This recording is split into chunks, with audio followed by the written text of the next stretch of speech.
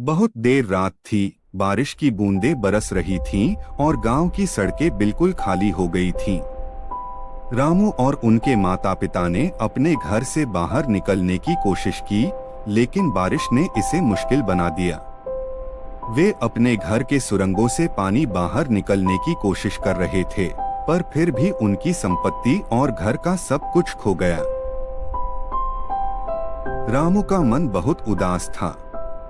उनकी माता पिता भी बहुत परेशान थे, क्योंकि उनके पास अब खाने का भी कुछ नहीं था। रामू ने अपने भगवान शिव की मूर्ति के सामने बैठकर रोना शुरू किया।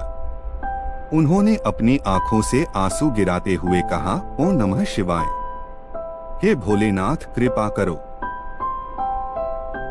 इस दुखद व्यथा में रामू ने भगवान शिव से अपनी मदद के लिए प्रार्थना की। उन्होंने भगवान के समक्ष अपनी पूरी दिल की बात रखी, जिसमें उन्होंने अपनी असमर्थता और अपनी शक्ति की कमी का एहसास भी किया। रामू की प्रार्थना ने भगवान शिव को चूक नहीं जाने दी।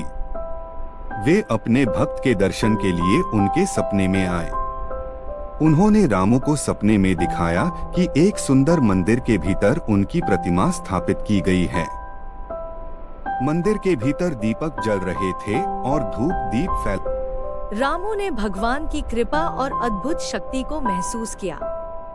उन्होंने अपनी मनोकामना की प्राप्ति के लिए भगवान का धन्यवाद किया और उन्हें अपने जीवन की नई दिशा देने के लिए उनकी कृपा के लिए शुक्रिया अदा किया।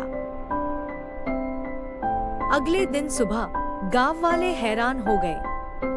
वे देखकर हैरान थे कि भगवान शिव की मूर्ति कैसे रामू के घर पहुंच गई। इससे उन्हें विश्वास हो गया कि भगवान ने अपने भक्त की सुनी और उनकी मदद की। रामू ने अपने भगवान की अद्भुत करुणा और शक्ति को महसूस किया। उनका विश्वास और श्रद्धा उन्हें इस मुश्किल घड़ी में बचाव करने में मददगार साबित हुआ। उन्होंने समझा कि जब हम अपने भगवान में विश्वास और श्रद्धा बनाए रखते हैं, तो हमारी मदद उन्हीं के द्वारा होती है। भगवान हमेशा अपने भक्तों की रक्षा करते हैं और उनकी मनोकामनाओं को पूरा करते हैं। इस कहानी से हमें यह सीख मिलती है कि जब भी हमारी स्थिति कठिन हो, तो हमें अपने भगवान में विश्वास और श्रद्धा बनाए रखना चाहिए। भगवान हमेशा हमारे साथ होते हैं और हमारे लिए सहायक होते हैं।